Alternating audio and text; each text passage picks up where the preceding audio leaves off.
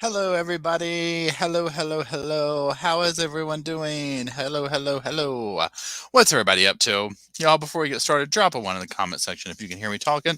That way I know I'm not just out here talking off into the neverlands. And on that note, let me switch to this. Oh, I can hear myself. Oh, Lord mercy. Just gave myself a little heart attack there. I hope everybody's doing well. Miss Emily, I'm so happy to see you, although I hope you were getting rest. I know you said you weren't feeling good. Y'all send love and light and healing to Emily. She is still not feeling well, and she's always pulling through and coming here, rain, sleet, or snow. We do love you, Miss Emily. Thank you very much. I do appreciate it. And who else do we have here? Squinting Cat, hello. Chrissy Lee, how are you doing? It was good. I stopped into Chrissy Lee's live chat the other day. I was at work. I was able to go in there for a minute and say, it's very good to see you. That was really cool. Hey, Santra. Hey, Mama P. I was going to, Mama App. Hey, Lily. Hey, Stars. Hey, Jennifer. What's going on, everybody? Hey, Wilma. How's everybody doing? Now, look, before we get started, pardon me. This is going to be what do you call it, the live chat. So this is the live cat channel. If you are coming from the main channel, make sure you're subscribed to this one because it is different. Over here we do live chats. It's that kind of vibe. Recently what we've been doing is discussing true crime documentaries over here. Now, what I also do is on a lot of these documentaries, I'll then make an edited version to put on the main channel, which has more edited content, that type of stuff. So just make sure you're subscribed to both channels. All the stuff is down below. So just keep that in mind. Tonight, what we are discussing is Selena and Yolanda, the secrets between them, I believe was the second part of the title. What we're going to be discussing tonight, and what we'll do is we will go over a quick little cover on what that is, what the case is. Roscoe does say hello. He's here at my feet. He says hello. He has been under the weather too. We are quite worried about him, actually. We are going to the vet in the morning, but he's hanging in there, and he's wanting me to sit on the sofa with him. Hey, Lori, how's it going? Hey, Ashley. Hey, Spencer. Just scrapping. What's up? Idiot Monkey, how's it going? Okay, so what I do with these documentaries is I literally sit there with my phone and I make notes as we go. And so that's kind of what the vibe will be here is I'm just going to read through these notes and we'll discuss as we go down the thing. Now, let me actually pull said notes up and we'll discuss along the way and then kind of chat at the end and that type thing. Now, next week, I've already picked out the documentary we're going to do because I'm dying to see it. And it is called The Program. Now, I will pull it up towards the end to see where it's located. I can't remember if it's Netflix or Prime or where it's at, but we're going to be doing it's called The Program. Hey, Marshall, how's it going? Hey, Gia. So that's what we'll be doing. So, that being said, now again, I recorded the video to this. I'm going to get it to the people who do the editing tomorrow. So they'll have this version of their on there. The two will be kind of different. So even if you watch this, you might want to listen to that one again once it comes up there. Now, spoiler damn alert. I'm going to tell y'all this much right now. For Yolanda's story, I had to get my damn cup out, y'all. I'm not going to lie. I am not going to lie on that one. In fact, before we get started, let's do the poll. We had a poll going. And poll. Okay. Do you believe, Yolanda, that it was an accident? 93% of you said no. 6% said yes. 66 votes. Okay. So, and here's the thing. We can also hear one thing I love about Sofa Squad. We can all have different opinions, and it's awesome because that's how we learn about life itself, right? So I'm just going to start reading through these notes here and we'll talk about it. Now, what we're going to do first, of course, hey, Lorraine, hey, Mel, is we're going to talk about what it is. So again, it's Selena and Yolanda. So very quick synopsis. Well, I'm sorry, let me start right here. So March 31st, 1995, Selena is set to be she already is, to me, in my opinion, a superstar, but I'm talking mega international stardom. Okay. She is like, it's happening in the moment. Okay. Thank you, Chrissy. I appreciate it. It was good seeing you too. Thank you. So this all comes to an end on March 31st, 1995. It was cut short by Yolanda in Corpus Christi, Texas. So Yolanda was a close friend of Selena's. She at one point was the president of her fan club, and she also like had her hand in a lot of Selena's businesses. And we'll get into all of that as we go. Okay. Um, and we'll also get into the narrative of what really happened. But for all reasonings aside and whatnot, Yolanda had some paperwork that Selena needed, so Selena goes over to the hotel that she's in, that Yolanda's in. Something happens. Yolanda shoots her. Selena loses her life. Okay. And this kicks off this case. So Yolanda is up. April, Yolanda is up for parole next year, March 2025. So this is basically a year before we get this docuseries. So Selena and Yolanda, the secrets between them. Okay, so there's that. This is essentially Yolanda telling her side of the story. Okay, so there's that. Okay. Yeah, and Steph Hart, first of all, hello. Steph Hart says Selena was my idol when I was growing up, so I got to meet her family in Texas as a graduation present. Oh my God. That's amazing. Oh, thanks, Just Scrapping. Just Scrapping just gifted 10 memberships. That's awesome. Thank you. Um, and here's the thing before we even get into it. So I remember when this happened. Now I never got to meet Selena. Um, and it gives me goosebumps, y'all. Just her energy, just her aura, watching her on TV, hearing her music, she was a star through and through. She had that it factor, that thing that pulled you into her orbit, that made you want to know her, this warmth and obviously talent. Her music, I still listen to her music. Okay, her songs. I mean, she was that, right? So she was a major role model for a lot of people, and so she was also bringing this sound to mainstream like America, right? Because it this wasn't a thing back then, not the level of popularity that it's like, she was helping to forge this way. So that being said, you can imagine how pissed off people were, right, when Yolanda took her life. So there's that. Okay, now the first episode is called The Woman in the Red Truck. The reason they call this is because when Selena went to the hotel, Yolanda had driven a red truck there, and there's a 9-hour standoff. Hey, Heather, with Yolanda in the red truck with a gun to her head, talking about, I'm going to take my life, that kind of thing. Okay, so that being said, we're in Corpus Christi, Texas, 1995, March 31st. The docuseries starts off with a 911 phone call, and it's somebody who works at the front desk of the hotel the day's in. And they're basically saying, like, we have a woman, she's shot, she's saying a Yolanda from room 158, so on and so forth. Okay, then we transition into basically the tape recordings of the negotiation officer talking to Yolanda. I remember this goes on for like 9 hours. I'm just going to read from my notes here real quick. So she's threatening to take her own life. She's like, Selena's dead. The whole world is going to be mad at me. And they're trying to talk her down from this, obviously. And now the whole time when Yolanda's like, the world's going to hate me. And they're like, no, no, no, no. They're in all these media signs of people. It's not funny, but it is what it is, of people, hang the witch, kill her, all this kind of stuff, because it's like, girl, yeah, the world's gonna be mad at you. You just killed Selena, for God's sakes, okay? But of course, they're gonna tell her what she needs to hear to make her stop that. Oh, Just Scrap, and thank you. That's so sweet. And Roscoe says, "See, thank you. I appreciate that. Thank you, Just Scrap, and I appreciate that." Um, so they're trying to tell her whatever she needs to hear to get her to put this gun down. So during the negotiation phone call, the cop's like, look, there's always two sides to every story, and she's like, my story will never be heard, it's never gonna, nobody over know. Then it pans to the current time, so it sets us up to let you know this is Yolanda's story. She is going to be telling us, you know what I mean, what her side.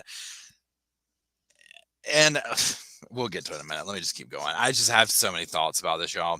Okay, so the hostage negotiator talks, and she's in the red truck. That's what they call that. She has the gun. She's threatening to unalive herself. The hotel is surrounded, okay? Because again, when this goes off, like, people, there's a crowd. I mean, like it didn't take long for people to figure out what was going on, right? Thank you, Squinting Cat. Roscoe says thank you too. He just walked over. He's meandering around the room. So there's this huge scene going on. It's almost like the OJ chase. Okay, so then they talk about how she was on the verge of being a mega star, how the community is devastated. Okay, I mean, literally, it was like, you did what? Okay, so then the father, his name is Abraham. This is Selena's father. He holds a press conference and he's like, it was Yolanda that did it. And he describes her as this disgruntled employee. Now, remember, she was the president of Selena's fan club. She had been hired to work at Selena's boutique. Selena also was very big into like fashion and opening up this like chain of stores. And her boutique, not her little boutique, but her boutique, she was savvy. Okay, she was very savvy. She had a lot of goals and a lot of drive in life, and her light was extinguished. So she was president of Selena's fan club. I've been hired. Okay, yes. He says that the shooting happened over missing funds. We'll get into it in a little bit, but this essentially is what was one of the catalysts for this, is they found out that she was ripping them off. Okay, so by 9:30 that night, they are able to talk Yolanda out of the truck. The SWAT team gets her, they put her down, they take her downtown. She meets with the detective. Now, basically, the narrative of this thing is there's only two people that were in that room, right? Um, Selena, obviously, and Yolanda. So keep that in mind too as we go through all this. As we discuss a lot of Yolanda's narrative, a lot of her story, that much of it is something that nobody else can verify except for either Yolanda or Selena. And we see where that's going to get us, right? Um, okay, so the reporter says that Yolanda and Selena have been friends all these years. Yolanda has been saying the same thing over and over. It was an accident. I did not mean to kill her. I did not intend for this to happen. So this is the narrative. Going into this is the narrative. I'm telling my side of the story. It was an accident. Okay. So Yolanda is in interviews. They bring her out, and it's so surreal to see her, right? Because again, if you're like me, where you knew I lived through this, I saw it happen, but I wasn't like all up in it, kind of a thing. I just remember it tragedy. And hey, Waffles, I'm glad you're here too. Hey, Alyssa. Um, so it was interesting to see Yolanda talking, and kind of being able to get her body vibe, her language, that kind of a thing. So, okay, Yolanda's interviewed and she says that she wants to set the story straight and that people will want to know the truth. I mean, y'all, I know I just played it up, but on this one right here, knowing what I know now after watching this damn thing, can't roll my eyes hard enough. Okay. Half the reason that I feel this way about it is because by the time you get through these 3 hours to the very end of it, you're like, that's it? That's your story. Are you kidding me? You know what I'm saying? Like, it's the audacity for me, as the kids say. So, anyways, okay, so they start talking about the band and how she, came to be Selena and all this type of stuff. And, a quick overview, Chris Perez joins the band at one point. Now, this would end up being her husband. Him and Selena fall in love, they elope, and the band gets more and more popular, right? And as it gets more popular, this woman named Yolanda is like calling up all the time. She's like, oh my God, I want to, start a fan club. I want to do this. Like, I want to get all up in it, right? Selena, Selena, Selena, Selena. So they let her start. Thanks, Melody. I appreciate it. They let her start this fan club and she builds it up. I mean, she makes something of it, right? And, just keeps going and going and going. So then Yolanda works with Selena's sister at shows, and this gives Yolanda an identity. Okay. Imagine kind of like you don't know this person, but she comes in and she kind of infiltrates into Selena's world. And I say the ground up. Selena had already made something of herself to this degree, but in the very beginning stages of this, right? So she's attaching herself to this. She's coming up with the whole scenario. She's getting involved in the family. Not only that, but she's bringing her own family into it, and we'll talk about that as well. So let me get on it. Yolanda says that Selena had this aura that attracted you to her, and when Selena sung, she pulled you into her same feelings. Yolanda says they became friends, and this is what we talked about. I mean, you can just see often these celebrities and these superstars have that energy, that thing about them that eventually is what makes them this way. Selena just, I mean, she had even her pictures, it's like she radiates, right? Like she's this angel on earth. Okay, so they become friends. Now, then they go and they talk to other people in the docuseries, and they're basically discussing how, when this went down, it becomes a tabloid frenzy that portrays Yolanda as this jealous spinster. So, and Yolanda will say that she was convicted in public opinion first, before she even had a chance. Now, let's just stop there for 1 second. And talk about it. So this whole thing of like, oh, they portray her as this jealous spinster and all this type of stuff. I said this in the video I recorded today too. Here's my vibe with it. I don't know Selena, don't know her family. So again, I could be totally wrong if any of you have met her, like one of you said and whatnot. But I think Selena would be the type person that it didn't matter if you were 30, 40, 50, 60, 70. If you were a genuine person, she would call you her friend if it was that scenario, right? So I don't think it was odd for Selena to be friends with somebody who is older than her, such as Yolanda. However, once it all in hindsight came out, this whole narrative of she was this jealous fan, obsessed person, and all this type of stuff, and blah, blah, blah, I think that probably held true, right? I don't think it was just not for nothing. Oh, she's this jealous spinster and this and that. Clearly, she was unhinged, and I mean, what's her Yolanda? So then when Yolanda's like, well, I was convicted in the court of public opinion first, I was like, yeah, absolutely, girl. What did you think was going to happen? Now hold on, I'm frozen. I don't know why this is doing this way. Hold on 1 second. Can y'all still hear me?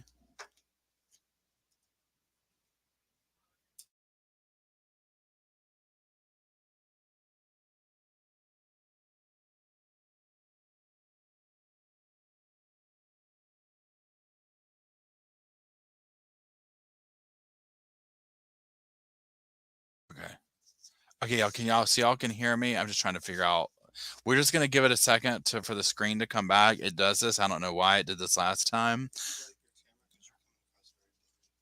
Yeah, but it's in right now. So everybody can hear me. So we could just put you cut out. Okay, I hear you fine. Okay, so let's just keep talking. The screen will come back on. You ain't missing nothing. Okay, wait, it's starting to do it a little bit. Okay, so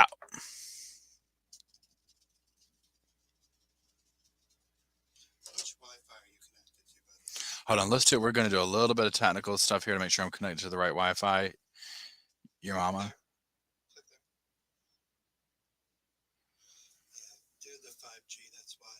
I'm afraid to do it. Okay, y'all, hold on 1 second, y'all. Okay.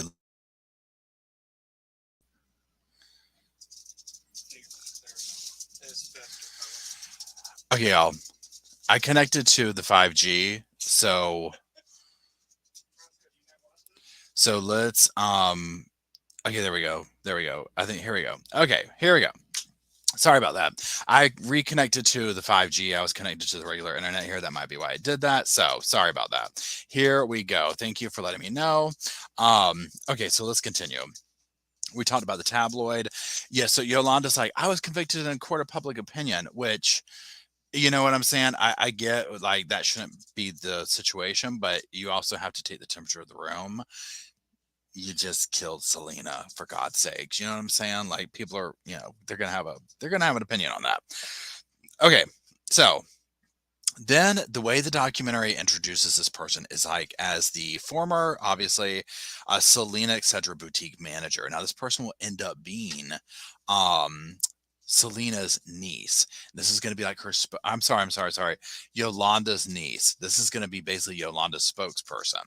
So She says that she has all this paperwork. They show her in like a storage unit going through all this paper boxes of stuff and whatnot. And so they show her going through these documents and whatnot.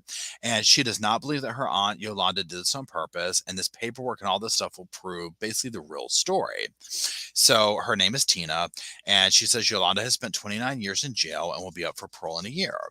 And she's piecing together all this information because she says that the public deserves to know that there's more to the story than what they've been told. So again, you see where all this is going, right? This is the story, this is the truth. Okay.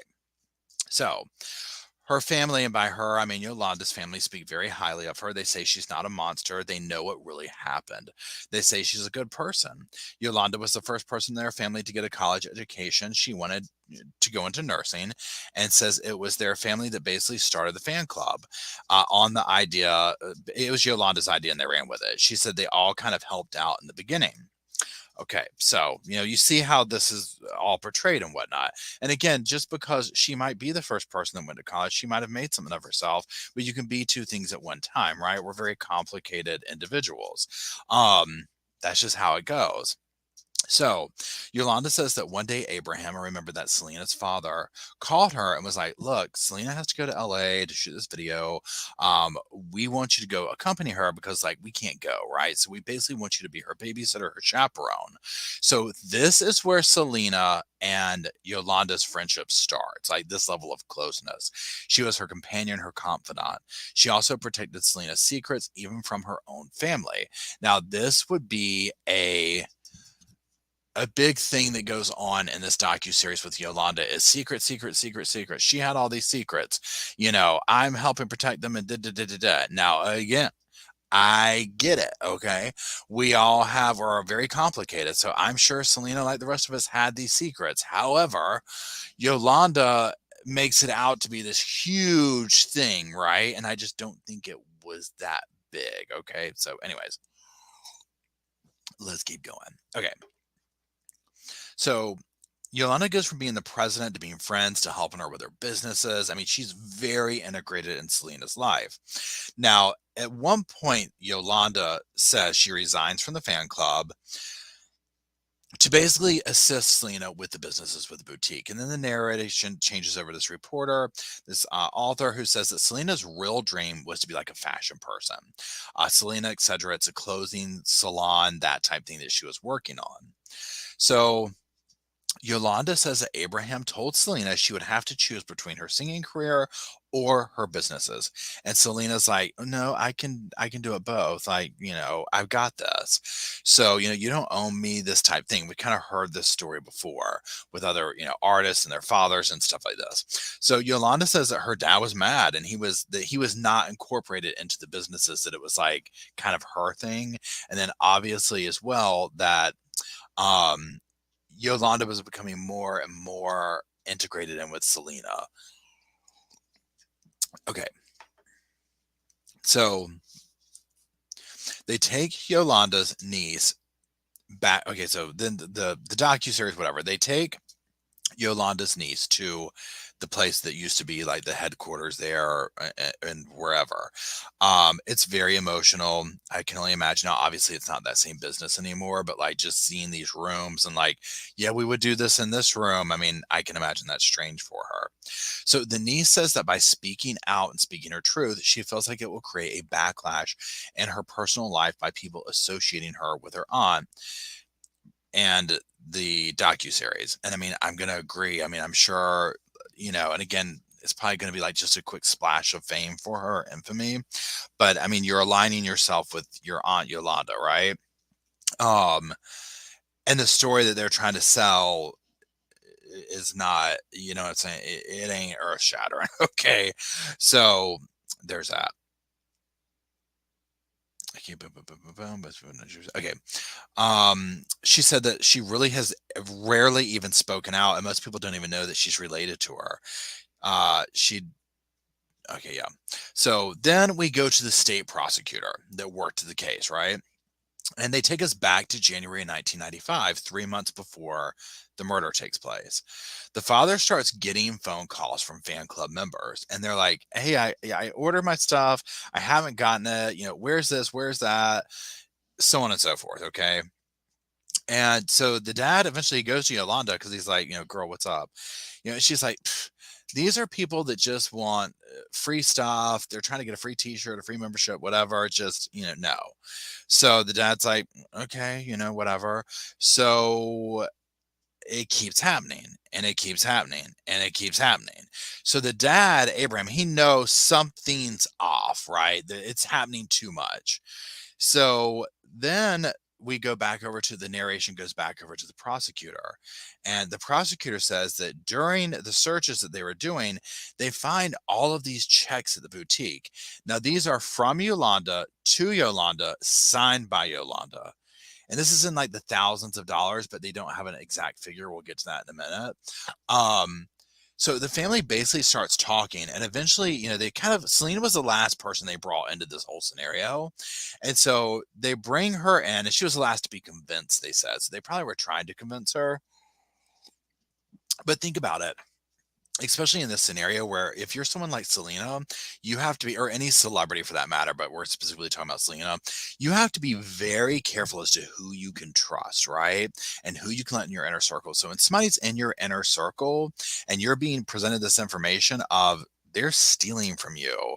And not only that, but she probably looked at her as like this family friend, grandmotherly or motherly or something, kind of an energy, right? So then to be told they're ripping you off would be like, what? Like, you don't want to believe that, right? I get it. Okay. So Selena was not to be convinced. Okay. So March 9th, 1995, the dad held a meeting with Yolanda. Now she's late. She doesn't show. They kind of have to chase her down or whatever. So this meeting. Okay, wait, hold on. So Yolanda says that yes, when the fan club thing was going on, somebody would write in, send a check for their order, they would put it together and then send it out. And the person who was in charge of the fan club was supposed to process that. But Yolanda's saying, look, I wasn't part of the fan club anymore at that point. At that point, I was working for Selena as one of her employees. So they don't ever really flesh that out in the docuseries because, pardon me, because to me, if you flesh that part out, you would probably get an answer real quick about some things, right? About the embezzlement and whatnot. But we'll get to why they didn't flesh it out completely in a second. So then during this meeting, family meeting, dad, Selena, everybody's there, right? They've got Yolanda. The dad shows all these checks, right? So they go over the fan club stuff, and she kind of has this excuse, like, well, you need to go talk to so and so. So the dad's like, okay, girl, well, how about this? And he slaps these damn checks on the table. Well, he's like, I know you're stealing money. Now, Selena's sister said that during this confrontation between Yolanda and the father, Yolanda would look at the father to refute the claim and be like, that's not true, but then constantly looking over to Selena for help. But Selena was like sitting there with her arms crossed, like not really willing to help her. She wanted answers too, right? Now, Yolanda will say that during this confrontation, the dad's screaming and yelling at her, calling her names, going off on her, threatening her, doing all this stuff. And that Selena was sticking up for her, saying, like, look, let her speak. If you don't let her speak, we're going to leave. And so this ends, and the dad says, you can never come back on this property ever again. Get out of here. And Yolanda says, so there's that. So she's kicked out the property. Get out of here. You can't come back. None of that, right? So then Yolanda, current time, is like, look, if I was an embezzler, then like he claims I was, why did he never press charges? Right? And she says, because he never had the evidence on her. Now, this would seem slightly logical, okay? However, there is a more logical answer to that we will get to in a second. Now, on this whole notion of Yolanda being an embezzler and that type thing, The niece says, remember the niece, Tina, she says that there's no money for embezzling or stealing going on because there's no money in the business. And I was like this, I was like, yeah, because your aunt's got it in her damn sofa cushions at home. Okay. I mean, this doesn't take rocket science. I can tell you why that damn business don't have no money. Yolanda took it, okay? But nonetheless, she's like, there was no customers. There was zero money in the bank for payroll a lot of times. It was bad. And Yolanda even says that the banks were telling her, like, look, the business is crumbling. They were in very bad shape. So they're trying to make it out like, you know what I'm saying? Like, there's no money to steal because there's no customers, there's no this, there's no that. Here's the thing. Let's go on a side note here for a second. I can remember, I'm not going to say like names of the exact businesses, but when I was growing up, one of my family's businesses, there is somebody who worked there for her that came from family businesses. And she recounted the story how their family business, when she was growing up, woman who had worked for them for 30 some years, it all came out that she had been stealing the money from one of the vending machines and had this elaborate thing set up with bank accounts to where, and this was like a rather large like factory that this family owned, right? So it wasn't like just 5 people using the vending machine. So she had this whole elaborate setup done to siphon off this vending machine money. And I'm talking thousands and thousands. And this is over decades, right? That she had been doing this and working for the family. And it so reminded me of this because I was just like, you don't, she was like, I mean, this is a family member, right? And I'm thinking, why didn't you just ever come to us and say, I needed more money, or I need to, borrow money or something? Like, why would you resort to that, right? Um, so that's what it reminded me of with this whole thing of, well, the business didn't have any money and this and the other. So anyways, so there's that. Now, when they're talking like the prosecutor and these people, yeah, nobody can really decide on how much money she actually took, or where the money actually ever went, right? Okay, so she was never prosecuted. She was never prosecuted for the embezzlement. And the prosecutor says it just wasn't necessary to indict her on these charges. The state says all they needed to do was to prove that the father thought there was something going on, which they were able to do, and that he has this confrontation, and the confrontation eventually leads to Selena's murder. So they will get a little bit more in depth with this as well. But think about the cases that we currently watch where something comes up and it's like the person did A, B, C, and D that's really, really, really, really, really horrible. And then they did this over here, and the state's like, do we want to get them on this charges or this? This is the same thing. These embezzlement charges probably would have probably been a whole other rabbit hole to go down. And it's like, look, we're going to put her away for life on this. This is pretty open and shut right here. So to me, that makes total sense, right? This outweighs the other. They never had a chance to get to the embezzlement. They very well could have filed charges if she had never killed Selena, and then she kept going and going and going and being drama for the family. They very well could have, and that's probably something they're kind of holding over her head. That sounds like to me, at least. Please hold. Okay, so where are we? Okay, here we are. So after the March 9th meeting, Yolanda goes and buys a gun. Yolanda says the reason why she bought it was because she was afraid for her own safety. She was afraid after that whole confrontation. However, Yolanda still has all this paperwork, all this stuff of Selena, of the business, all this. Selena allegedly needs us to file her taxes and do her tax work. So the state says that now her whole world is over, Yolanda. Like her whole world is over, right? She is no longer Selena's sidekick. All she would have to go back to is being some regular old nurse in San Antonio, Texas, and this was devastating to Yolanda. And she was never going to let that happen. So Selena's trying to get these documents and do all this type of stuff. And finally, she's like, look, I need these. I'm going to go to the police. I'm going to file a lawsuit. I'm going to do what I have to do. You have to bring these to me. And Yolanda's like, look, I'll come to Corpus Christi. And so that's where she goes. She gets a hotel room at Days End. She calls Selena and says, come get them. And Selena goes. Now we're kind of doing, the thing is doing two different narratives at this point, right? The docuseries is kind of telling us from a few different perspectives. So that's kind of why you're going to hear this in different versions. So it looks like the shooting happened right at the threshold of the doorway. when it said they heard the gunshot? So witnesses said they heard a gunshot, but not many people said anything about any kind of an argument.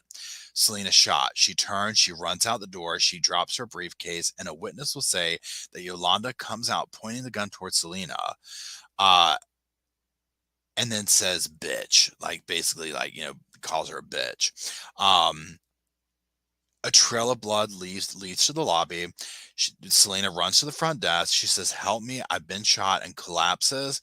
And she tells them to lock the door, that she's after me. And she tells them who it was. It's Yolanda Salvador in room 158. So it gives me goosebumps. Selena's last words, and they say this on the 911 phone call because they're like, who is it? It was Yolanda. She's in room 158. It's rented out to this woman. Selena is able to run to the front desk, and this is very telling, saying, lock the door, she's after me.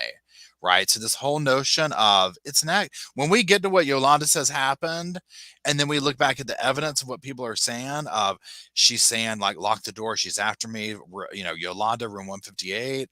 You add these up, right? And Mel says, I can only imagine the horror poor Selena must have experienced. It almost totally takes my breath away a little bit. Because again, she's so angelic and just to me seemed like such a pure soul. I'm talking about Selena, obviously. To think of that moment of betrayal that she had to feel on top of betrayal and on top of betrayal absolutely rips my heart out for her. I can't imagine. She did not deserve that at all. She had so much to offer. And I mean, people still regard her. I mean, she's an international star years, decades like after her death, right? I mean, this is how powerful the energy this woman has. Okay. So those are Selena's final moments. She dies in a Days Inn lobby. So Yolanda says that she's so sorry she's gone. She's sorry for her family. She's sorry for everyone. She says she never meant to harm anyone. So after Yolanda's arrested, she's taken to the station. She's given a written statement that says that she's the one who killed Selena, right? Um, she said that, Selena had met her that morning to go over some records for the fan club, and there's some kind of argument over money. And Selena said she was going to get her father involved, maybe the police, and Yolanda didn't want her to leave. Selena was leaving the room, and that's when she accidentally shot her. The detective said Yolanda said she shot her in anger. So this is another detective. I'm sorry, I'm kind of getting confused with my notes. This is another detective kind of recounting like what took place very quickly, right? So Yolanda said when she got in the interrogation room, they, meaning the detectives and stuff, acted pissed. I'm like, you think? Really? You think so? After a 9.5 hour standoff after you killed Selena, they were upset. I can't imagine why. She said she's telling them what happened and that they were writing it down. And she said they would be like, wait, that's wrong. And they're like, no, this is how it is. And she said they just keep beating her up, not physically, but like beating her up and down. You know what I'm saying? Saying this is what it was and this is what it is. It's finally she just signs this confession thing to get it over with. Now, whether she's lying about that or not, we see this time and time again of many people saying that this is how this goes. I'm sure there is some truth to that, right? So the state says that they think what happened in that room that morning is they have this argument, and Yolanda's basically like, you need to let me come back to work. And push things aside, and Selena's like, not only are we not doing that, but we're not even friends anymore, girl. And Yolanda snapped. I personally think that's exactly what happened, right? But it was dragged out a little bit over time. We're going to get to that in a minute. So she claims that she pulled the gun out to show how close she was to taking her own life. So that's Yolanda's excuse. Like, the only reason I pulled it out was to be like, I'm going to take my own life. And then accidents happen, kind of a thing. Okay, we'll get to the more details of it in a second. So they point out, they mean in the state and whatnot, that Yolanda never said it was an accident until hours after the incident, when they had put the idea into her mind, talking about accidents happen, Yolanda. Maybe it was an accident. Trying to get her out of that red truck. You know how they do. We saw the same thing with Chris Watts. Remember Chris Watts and his thing with, I can't remember her name, but she was like trying to sit here and say like, did Shanann hurt the kids? And then he went with that narrative. Same type thing here. They go back over these stories, right? Because they're just being told, they're just trying to disarm the situation, literally. Okay. So Um, Now another thing is about the whole accident thing. The state says, look, if it was an accident and she didn't know what she was doing and whatnot, then why was she able to hold a loaded cocked gun to her head for 9 hours in a red truck and not accidentally make it go off? Thank you. You know what I'm saying? So it's just like, and literally Yolanda was completely hysterical during these 9 hours at a time. So, there's that. Anyways,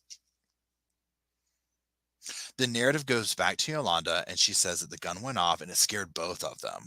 And she says that there was no intention behind it. Yolanda says there's no one out there that saw her yell. I never said the word bitch. None of that ever happened. Family said that that witness did not come forward with this information until like days later or something like that, until like 5 days after the shooting. So maybe that's true. Who knows? Okay, now fast forward. Shooting happens, all this kind of stuff. A maid is cleaning out the room several days after the shooting, and they find an item in the safe, and it is a purse, and the purse belongs to Yolanda. Okay, so there was a letter from an attorney in the purse. It's a resignation letter from Yolanda written by her lawyer. So she was never fired, she says, and her family says she herself was trying to put distance between herself and Selena, like she was quitting. Then Yolanda's niece reads a statement that Selena's husband Chris made and said that Yolanda. Oh, thank you, Emily. Emily just gifted 5 memberships, everybody. Thank you, Emily. Um, Says Yolanda went to an attorney and he remembers hearing. No, wait, hold on. I'm sorry. Chris made and said that Yolanda went to an attorney and he remembers hearing Selena talking to Yolanda on the phone about it. And Selena felt betrayed by Yolanda. Yolanda stayed on the payroll but would not come around the boutique. Now, remember, here's the thing. Of course, she didn't come around the boutique. Abraham didn't want her ass around there. You know what I'm saying? Like, I mean, yes, we get this. And we're going to get to my thoughts on this letter from the lawyer in a second. Remember how a minute ago I said that everything that Yolanda does and says can only be verified by her and Selena? Okay, we're starting to get into that stuff. Okay, so Yolanda says that she knows that Selena knew about the letter because she wouldn't accept it from FedEx. She wouldn't accept the letter. She's like, you're not going to quit. I'm going to lose everything here. She didn't want Yolanda to resign. She says, and the DA says, no, that never happened. She never handed that letter in. Okay, so let's pause for a second. This is a prime example. So Yolanda's family has really grabbed onto this. She quit. She quit. She quit. And there's going to be some more evidence here in a little bit that shows that. I think it's the next thing I'm going to read. All Yolanda had to do was she could have gone to a lawyer and had this written up. She could have written it herself and then never sent it off and just had it in her purse as an alibi to be like, I quit. See, this is already here, right? I mean, I'm already doing this. So, you know what I'm saying? Like, this is full of stuff like that. Okay. Now, side note, have y'all tried the Coca-Cola Spiced? 0, of course, no calories. It's good. Okay, so let's get back to this. Now we're at March 11th, 1995. Yolanda totally moves out of her apartment. Thank you, Donna. I appreciate it. She totally moves out of her apartment. And this is going back, but some of you remember this. I remember this. You know how on your answer machines you could have that like a little recorder thing of what was on your answer machines? So they have this, or niece and stuff. Okay. So they have a tape recorder of her voicemails, and there's a message from a job saying, like, hey, report for orientation. And so the niece and them were like, she was moving on. She was moving on. She got another job. See? That proves this. She wasn't trying to keep her job. And I feel so bad because I feel like I get it. It's your family member. She has really done a number on them, right? So, I mean, it's like, y'all, she's had 29 years to sit in jail and finesse this. Thanks, Margaret's mama. I appreciate it. It doesn't make sense. So anyways, so then the question amongst everybody in the family is, so why buy a gun? What scared her enough to buy a gun? And also, Margaret's mama, that's your first super on a live chat. I am very honored. I do appreciate it. Thank you. Okay. So one of the negotiation officers recalls that halfway through her standoff, This is Yolanda's standoff. She's talking about they are after me, they accuse me, they cut my brakes, they do all this stuff, and she's talking about Abraham, Selena's father. She says he slashed her tires and did all this crazy stuff. Then Yolanda says, current time, that when she first met him, like he was really nice, very businesslike, trusted her, confided in her, and she said that there was constant arguments between him and Selena about him controlling her time. You can imagine a lot of father daughter stuff, but also big business. I mean, this we've seen this relationships with like Michael Jackson, Janet Jackson, their parents, Beyonce. You know what I'm saying? Like these kind of situations like this. Okay, so Yolanda says, "Yeah, I bought the gun because I was afraid of Abraham." Okay. Now, several people in the documentary, including a journalist, say that they themselves are afraid of Selena's father. That yes, he is very intimidating. And Yolanda says that there's two. Okay, so there's that. Then it switches back to the narrative, and Yolanda says that there's two sides to Selena. There's the good and the bad side, just like all of us.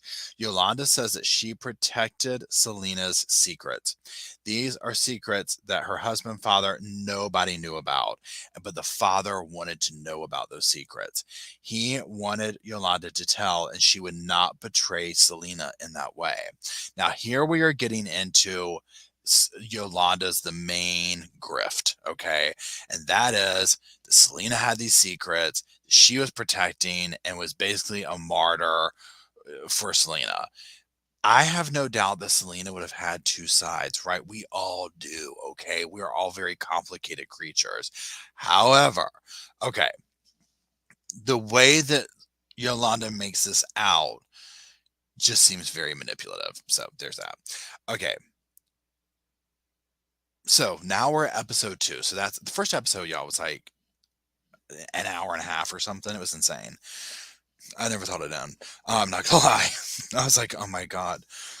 Episode two is called Room 158. Remember, that's where at Day's End, this is where she murdered Selena.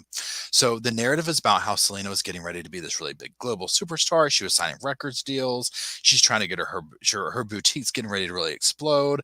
Yolanda was kind of her right hand woman. They were looking at manufacturing in Mexico. Selena was married, remember, to Chris. Thanks, WD.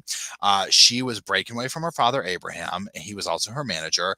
He was very controlling. He didn't like any of this. Now Yolanda's niece says that even though Abraham tried to fire Yolanda on March 9th, Selena and Yolanda continued their friendship, continued their business relationship, and they had the plane tickets to prove it.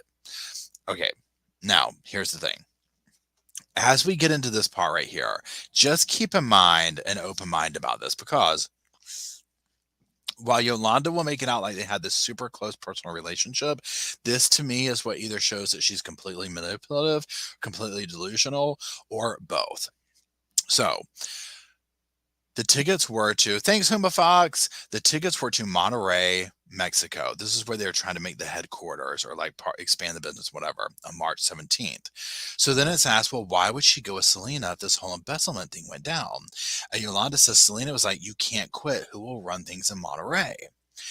Introducing Dr. Ricardo Martinez. And that's also your first lot of super on a live stream. I'm very honored, Huma Fox. I do appreciate that. So enter Dr. Ricardo Martinez, a plastic surgeon there in Monterrey. He's like a mentor to Selena, and he's introduced as like the Mexico investor. Like he's fronting the money, he's gonna make this happen, right? Okay. But then all of a sudden, Selena and Yolanda are like going to see his places and all this stuff. And Yolanda's basically like, what's up? Okay. What's going on? So Yolanda says, she says Selena and the doctor were in love and having an affair, but the DA says that's a lie. At trial, even the doctor will say that Yolanda is lying to him, and that Yolanda's lying, and that him and Selena were only friends. However, in 2012, he does an interview and he says everything that happened between he and Selena was because they were in love, and that even though it was short, we gave ourselves to each other completely. So I don't know what to do with that. Okay. I mean, if he's coming out at one point saying it's a lie, and then he's saying whatever, we don't know who he is. Maybe he's trying to get fame.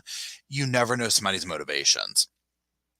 And even if she did have an affair with the man, okay, it doesn't mean that it was this huge like ordeal because of anything. What I personally think is that Yolanda would hold it over her head. You know what I'm saying? So it's just, anyways. Okay, so now it's basically like, okay, so if everyone's been saying that Yolanda was lying, and then this turned out to be true, well, then what else can that be applied to? So Yolanda says that Selena was more interested in her boutique business and obviously with this doctor, right? So anything that she would do that took her time away from singing and doing that, the father was like, no, absolutely not. The music business was his baby. That was his thing. He wanted this to work. He didn't want Selena to be distracted with the little dresses and all that. He just, that, per Yolanda, that's how this was viewed, right? So we don't know. So that's when he went to Selena. He would go to Selena and Yolanda and be like, what is Selena doing? Where is she going? Why are y'all going here? Why are y'all doing this? And, Yolanda wasn't going to like rat Selena out allegedly. And so then this anger would come to Yolanda from the father. Now, Yolanda talks about these incidents to her car. Again, she says here her tires were slashed, her brakes were cut, her windshield was shattered, and the replacement dude said it looked like a gun. So this is why she's getting in this very paranoid, very scared thing. Oh God, we had this confrontation about me stealing money. Now this, now that, all this bad stuff's happening. The father hates me. He's going to send a hit out. I need to get a gun. I need to get a gun. Right. Okay. Now this part right here was the first thing I was like, girl, you had 29 years to come up with a story. And this part right here, and I don't even want to think it was Denise's that said it, but when it comes to why Yolanda was writing those checks, remember earlier we talked about the whole reason the confrontation was there was because Yolanda was writing checks from like to herself and signed by herself from the business, right? So it's like, well, where'd this money go? The nieces say that Selena would go to Yolanda and say, go write this check to yourself and cash it, and then we'll use these to fund our next trip to Mexico to go see the doctor. Now, here's my thing, y'all. They're trying to make it out like she's trying to hide something, like, well, we can't let anybody know trace the money that has to be on the down low. If this guy is that damn rich that he's invested in her business, why doesn't he just pay for it? That's what doesn't make any sense. You know what I'm saying? Like it makes zero sense. It makes zero sense, right? Um, and the fact that the nieces are repeating this is where I'm just like, well, bless your heart. I mean, honey, I can understand that your aunt, your family, and you want to support her. I get that, but I mean, come on now, let's use some common sense here. Um, I mean, come on. So the nonsense kicks up big time, right? Okay, where are we at? Okay, so the daughter. So Denise says at the meeting with the father and the family where he confronts her and whatever, that this is why Yolanda just basically kept quiet and kept looking over, what's her name? Selena, because she was not going to betray her. She didn't want to betray that friendship. So she kept quiet about it. And she was very afraid of the father. And so then after that, she goes and buys this gun. And Yolanda says that she showed Selena the gun. She was like, look, girl, I'm scared of your dad. I got this. And she said that Selena was like, look, Buffy, apparently if she called you Buffy, that meant you're like a really good friend of hers. Buffy, I want you to return this gun. I'm going to protect you. I'll make sure he doesn't do anything to you. So Yolanda says she returned it, but then things continued.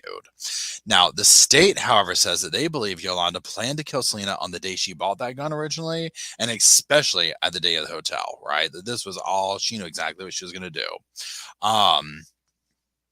So where is that? I think I'm one person says that basically Selena's business was getting ready to take off in Monterey, but she couldn't do it without Yolanda.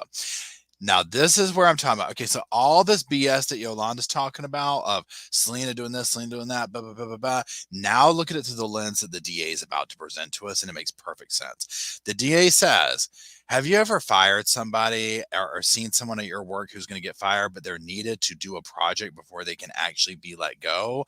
That is what was going on in this situation. Selena needed Yolanda to finish helping set things up before she could really let her go. And Yolanda was most likely manipulating that. Case damn. Let me get my damn emoji. Where's my damn emoji? Okay, hold on. Case damn closed. You can end the documentary right there. Okay. Solved. Okay. I mean, 29 years worth of coming up with some BS. And this is exactly what was going on. It makes total damn sense, right? They're in the middle. They're getting ready to do fashion shows, doing all this stuff. And then it turns out that Yolanda's been ripping her off and all that. They are going to have to play it very careful and kind of like keep your enemies close. What is it? Your friends close and your enemies closer, because it's like, look, we got to get through this next little bit. We have to use her to get through this. She's so integrated, but then we need to also unpeel ourselves away from this. Now, here is the thing. 100% that what's her name? Yolanda sensed this and saw it, but in her world, she's probably very confused. And when I say confused, like delusional, because she's probably thinking, I think they're going to let me come back to work. They need me. I'll just do this and manipulate it like I've always done with everybody I've ever dealt with, and they'll have to, have me or whatever. And so when she found out that wasn't going to be the case, so this is what's going on. So anyways, I mean, this part right here, I felt like that's Selena talking from the grave, right? That she's like, ain't damn in, brother. Could not get her to the damn floor fast enough. Okay, so where is it? Okay. Another one of Yolanda's nieces recounts a time where she went with Yolanda to Mexico. And so they're doing this. Yolanda's like, see that blue car? It's following me. And Yolanda's like, this car, it's been following me for months, right? And she says that she felt it was someone from Abraham. Now, when asked why she didn't report this, pardon me, she's like, Selena begged me not to. She felt it would look negatively on her career, so she chose loyalty to Selena over her better judgment. She says this, and again, I'm like, can't roll my let me get my damn cup. I'm already drinking something different, but can't roll my damn eyes hard enough. Here's the thing. I don't think Selena would be the type person. I could be wrong. I don't know her. You know what I'm saying? Like, I didn't know her. I think Selena would be the type person like, honey, if you're scared, you think people are after you, what do we need to do? You know what I mean? Like, let's flesh this out. You know what I'm saying? Let's get dad in here or whatever, right? But again, at this point, she probably knows that this is even really going on. We'll wait till we get to the rest of the story here with this. Let's keep going. Okay. So a week before the shooting, now remember, Yolanda has returned the gun, right? Selena tells her to return it. She goes back to the same damn gun place and buys the same damn gun again from them that she had returned. Okay. Now I'm sorry. Okay. Selena is allegedly able to convince Yolanda to go back to Monterey for like the third time that month. And she takes her sister with her this time. On the way back, they stop at Whataburger. And remind me to talk about Whataburger when we're done with the thing here. They stop at a Whataburger, and Yolanda goes in the women's bathroom. And allegedly, two men come in and rough her all up in there and all this. So she basically runs out, gets in the car. We gotta go. I was just assaulted. Do we need to report it? No, never reports any of this stuff, right? So no one really believes all this type of stuff. Now, fast forward, Yolanda will get a letter in prison from a dude who was Dr. Martinez, a plastic surgeon's personal chauffeur. And he says that attack was ordered by the doctor. So then it's questioned, well, why would the doctor want to get her? And people theorize Yolanda posed a threat to the doctor and Selena's relationship. Now, one of the authors who's been talking in this whole thing says, we have this letter. It's clearly from Monterey, Mexico. It's, whatever they do. but nobody really knows where it came from or if it's even really legit. Now, in the docuseries, her nieces are like, see, it says right here, it says in this letter. And I'm like, have we actually considered the fact, call me crazy, that Yolanda had 29 years to find somebody in Monterrey, Mexico that was like fangirling over her to write a letter saying that? You know what I'm saying? Like, has this crossed anybody's mind? Okay. Um, because immediately that's what I was thinking. I was like, why would you even believe that? Like, why would you even believe that? You know what I'm saying? Unless it was like, well, we went here and we did this, and we found this person and we proved all this. But just to read something, you know what I'm saying? Like that says, oh, here's this. Okay. But it's obviously they want to. You know what I'm saying? You don't want to think that your family member killed Selena out of jealousy or whatever. You don't want to think that. I mean, I get that, right? But they seem to be blinded by it. Okay. Um, okay, where are we at? Okay, so now we're back to the docuseries, right? Okay, so the narrative switches back to those days, those hours before the killing, when Yolanda ends up getting that room at Days Inn. Okay, so she has all these financial documents. You get your taxes come. Hold on, wait. Okay, so you basically Yolanda's niece is saying the state wants you to believe there was this whole narrative of, she gets this room at the hotel, she has all these taxes. Oh, come get them! I've got what you need, and that she lures her over there, right? But she says that there's more to it than that, and I'm like, okay, girl, we'll go off. Let's. What is the more to it, right? Um, let's hear it. So Yolanda says we're going back to that attack at Whataburger. She says that after this attack at Whataburger, she's like, I'm done. I'm finished. She calls Selena. She's like, girl, come get all your stuff. Okay. Um, I've got all the documents you need. I'm finished working for you. And Selena says, don't do that. Look, just stop at a Days Inn. I'll be by there later to get them and I'll talk to you. Now, remember, this is like this whole fantasy that she has in her world of Selena, like desperately wanting to cling to her. And maybe they were gassing her up because they did need stuff from her, right? So she drops. Oh, wait, I just had a thought. So, time out. It's like I almost heard Selena saying it. I can almost imagine during these phone calls, because she was being so manipulative with this paperwork, I could hear Selena being like, no, honey, don't quit. We don't want you to quit. But I need to get that paperwork. You see what I'm saying? Like they're kind of gassing her up to get what they need out of her because they know that she's off the damn hook, right? I mean, come on.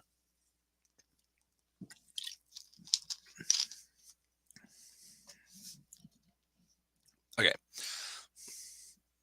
So Yolanda drops off her sister. She gets the hotel room. Selena and her husband Chris go by there that night. And this is when Yolanda shows that she's been assaulted. And she's like, look, I was messed up in that bathroom. But then she's like, look, I have every single thing you need here. There's even stuff out in the truck. Just please take all your stuff. I'm done. And she says to Selena's like, you're not going to quit on me, girl. You can't do that. Yolanda says that she's telling Selena this. And then Selena's like, look, we're just going to talk about this in the morning because Chris is in the car. I'll come back. Chris says that when Selena gets back into the car that night, she's got this box of documents. She looks through it and it's basically like, this is the same stuff that I keep getting. I don't really need any of the stuff. I am so done with Yolanda, right? In this game that she's playing. That seems more authentic, right? So remember, there's stuff in the truck. Okay. And she's like, I'm not going to deal with Yolanda anymore.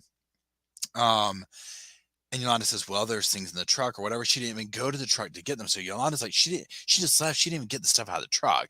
You can completely see how she is lining this up, right? So the next morning, Selena goes back to the hotel and Yolanda still is going on about this whole assault thing. So Selena's like, let's go to the hospital. So they get there, they check her out, and basically her story is not matching what she's saying. She has these old bruises, and the state says that the nurse that was there said Selena was basically just sitting there with her arms crossed, just shaking her head, like almost like the nurses got the vibe that they could tell that Selena was like, this is not adding up. This is not right, right? Um, And so, like, she's figuring out this is a lie. So then it comes back down to where they're back at the hotel. What happens at the hotel? What goes down? So imagine this whole timeline. She's gotten ripped off the night before with that. Whatever happened, she's come back to the hotel. And I'm sure what went down was this was what's her name? Yolanda was like, I have more of the paperwork for you. I went and got it. Come back. You can get it in the morning. And I'm sure what was really going on is that she knew Chris was out in the car and she didn't want to kill Selena that night. So she came up with another reason for her to come. You see what I'm saying? And she was probably trying to manipulate Selena, and she's quickly seeing that Selena's not down for it. You know what I'm saying? Like, no, girl, this is over with. Okay. So then the narrative switches to, well, how did the gun go off? What happened? And Yolanda says that when Selena came in the room, she was basically trying to put this guilt into her about leaving. And she's like, I know you're just going to tell everybody about my affair with the doctor and all this stuff. And Yolanda said that she felt very betrayed because of her saying that. And Yolanda says the only thing she could think to do was to show her loyalty to Selena was to blow her brains out, like her own brains out. So she says that she was hurting with emotions, all this type of stuff. And she's like, well, what does your family want me to do? Just kill myself? And she takes the gun and puts it to her head. And that's when Selena was like, no, no, don't do that. And she turned to go to the door. And Yolanda was like, no, don't close the door. And then the gun just like went off and she accidentally killed her. Y'all. Now I've suffered through 3 hours of the damn show at this point. When she said that, I was like, that's what we've been working up to? That's your story? That's your story. 29 years worth of that's your story. You just pulled the gun. Y'all, I almost threw the damn cup against the damn wall. I almost threw the cup against the wall. Running Selena's good name to the damn mud again, like spitting on her damn grave. Okay, as far as I'm concerned, spitting on her grave on top of it. I, it's so ridiculous. Okay, now this next part I'm about to get to, we got to simmer down before we even talk about this next part. So, well, I got one more. We'll read this and then we're going to talk about it. Okay. Then the family, her niece and stuff, are like, obviously they're hopeful that she's going to get out. And I will say this before I say that, the niece does go into this narrative of talking about, here's my aunt. I know my aunt's the one that killed Selena. I love my aunt still though. And here's Selena, who was my friend, and I loved her. And she's it gives me goosebumps. I mean, she's very torn with this, right? And I understand that. And this is one of the things where I'm like, these perpetrators who do acts like this victimize so many different people on so many different levels, because look at the situation that her family is put in. You know what I'm saying? It's awful. And so there's that. Now her niece will say, that she's hopeful that she will get out, but they're also terrified. They hope that people realize no matter what happens to her aunt, that it won't bring Selena back. And this is the part that I felt like the niece is essentially trying to say, like, that people would harm her. And I'm not gonna lie, I'm gonna be dead ass serious. I'm like, I think your aunt is safer in jail, honey. I don't think she should. I understand she wants to get out, but I mean, I don't think that it's a good idea for her to, if you want her to live. I legit think somebody would do something to her. Legitimately. Okay. So then they say they just hope that people will let their aunt live out the rest of her life out in peace and leave them alone. That was the salt in the wound right there. I was like, oh, I'm glad to hear that. I'm glad that Selena got to live out her life in peace too. And again, I get the two sides of it and whatnot. It's this very, thing or whatever. I'm literally sitting here like, honey, your aunt, you can't be this gullible, right? You can't be. She clearly has done this number on them, right? I don't believe for a second that this went down this way at all. At all. I am sure there's some nuances and textures, and like one of the people said towards the end of this, it was in the, like one of the reporters, whatever, is they were basically like, just what I said. You can't change the fact that the gun was in Yolanda's hand and she killed Selena. And Yolanda says, she's like, I am guilty for getting that gun. It was in, it was, I know I killed her, but I did not mean to. It was not intentional. It was an accident, and the reporter person, the thing says that, like, look, there's that. However, her story might add a little bit of something that we might not have known before, but you can't get around that. And like, this isn't a case that you want to go through public opinion, the court of public opinion again. Ever. You heard her already talking. I was already convicted. Girl, you don't want it to go back through. This move right here doing this docu-series was probably the worst thing she could have done. Because let me tell you this much. I understand that there's people who have done far worse and done far less time. And then it can look like, oh, this is a political, this political, I think she even said that, like, political reasons or whatever. The fact that she has spent 29 years in jail and literally just came up with this absolutely concocted story, instead of saying, you know what, I was pissed off that day. My world came to a crashing end. Selena was gone. She didn't want me. She fired me. She was moving away for whatever. And yeah, out of a moment of rage, I did that. And I can't believe I did it. And here we are. That would go a lot farther. I'm not saying it would make it right. It would go a lot farther than this whole running Selena's damn name through the dirt and all this type of stuff. You know what I'm saying? And again, here's my thing. Maybe Selena did have an affair with his doctor. We don't know, right? I mean, the doctor's saying apparently that who knows who to believe, but the way that Yolanda has created this narrative and an excuse for every little tiny thing that pivots Selena to be in this negative light is just gross and icky. You know what I'm saying? It's so nasty. And again, Selena was so young. She was so talented. She was so driven. And she was also blowing up on the scene. Like, she was bringing to the major world stage, music and culture and community that a lot of people weren't familiar with. And she was, she was something that people could look up to that maybe didn't see someone like themselves on television. You know what I'm saying? And Selena was like this person, and Yolanda took that away. So it's like, no, Yolanda is not out of jail. She is still in jail. Yolanda is still in jail. She goes up for parole next March in 2025. So it's almost like this is like the precursor, the prelude or something like that. I can't imagine a parole board would let her out if she has this damn story. I can't imagine that they would, because I mean, what we usually see is oftentimes the parole wants to see, are you a threat? And is there some accountability going on here, right?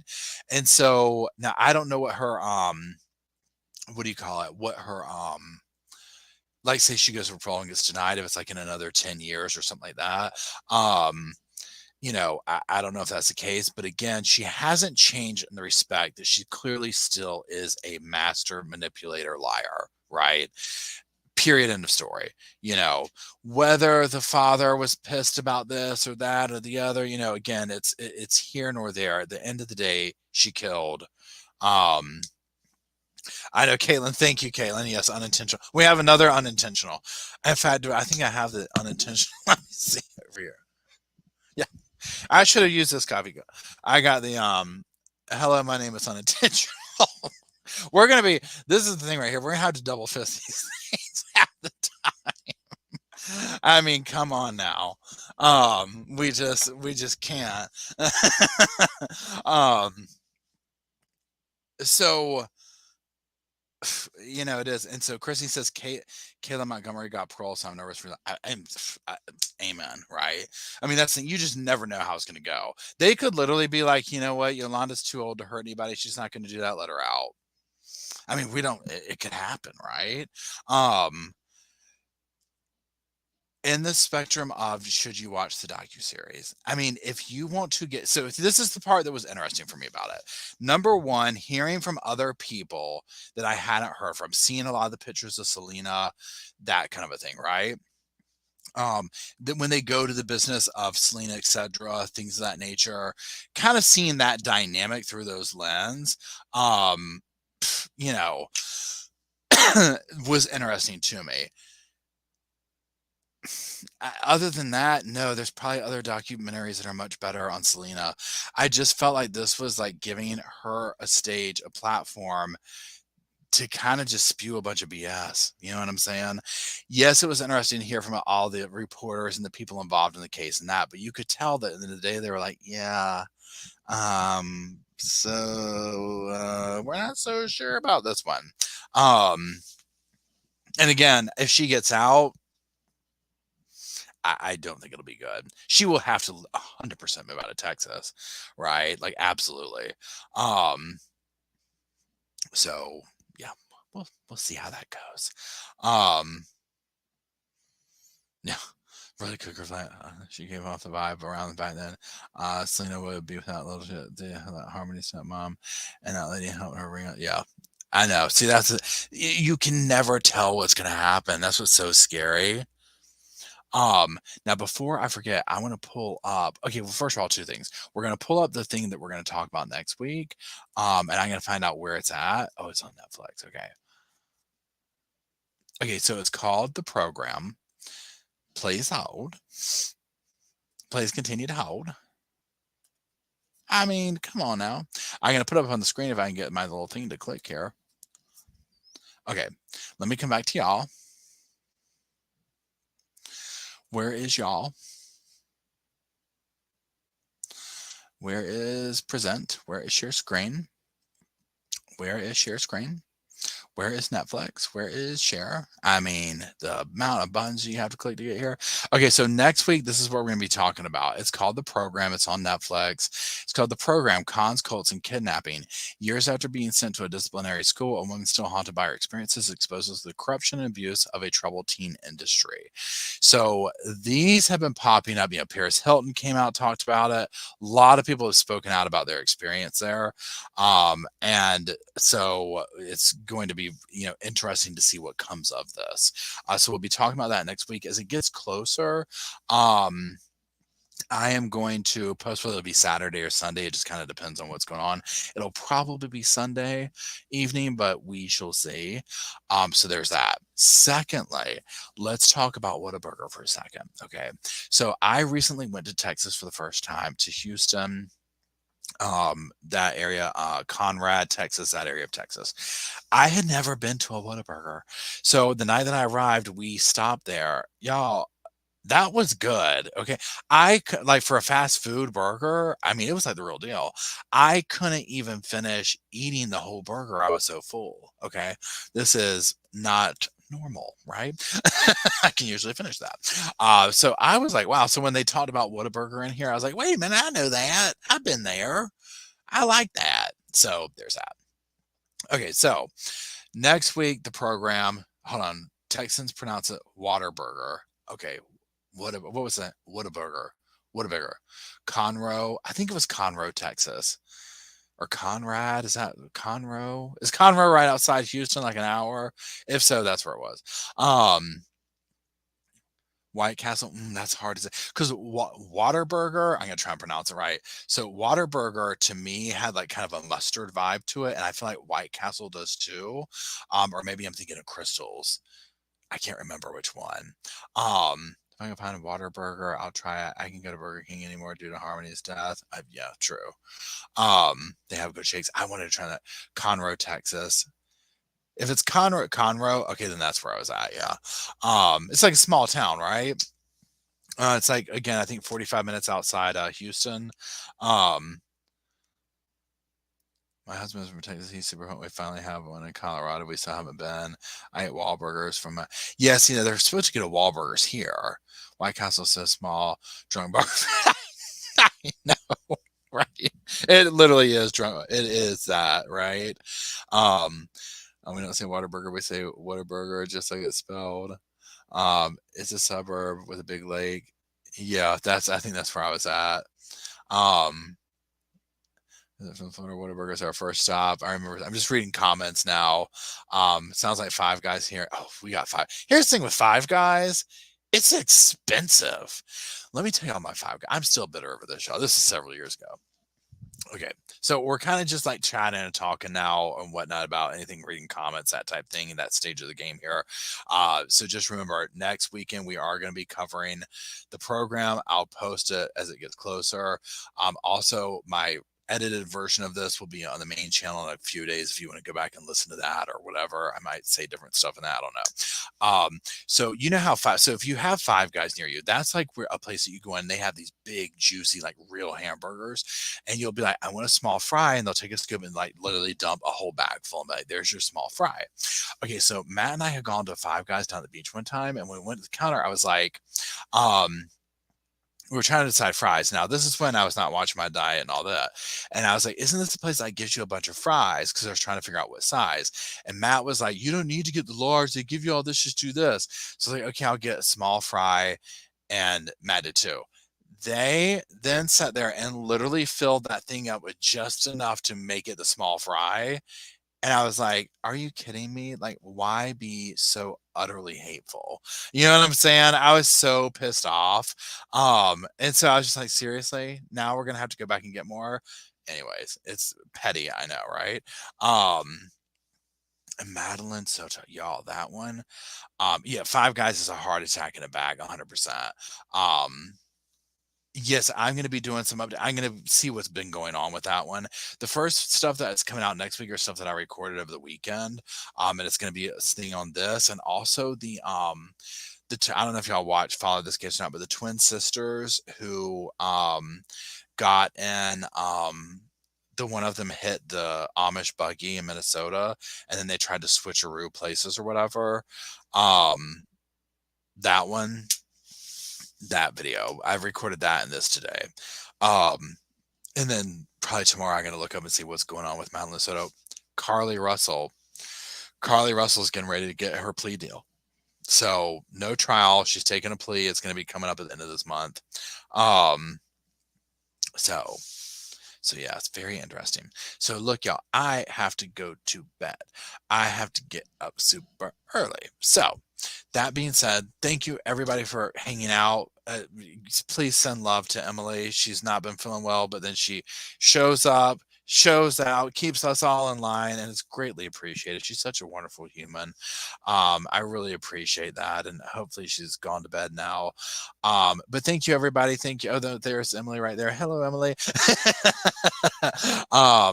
So I hope you're feeling better, Emily. Get some rest. And again, thank you, everybody. I will update on maybe the community thing about how Roscoe's doing in the morning after his little vet visit. And cross your fingers, send love and prayer to everybody. From Emily to Roscoe to whoever needs it. And that's it. Thanks for the super chats. Thanks for hanging out. Thanks for the great conversation. Next week, again, we'll be covering the program, so be on the lookout for that. And that's it.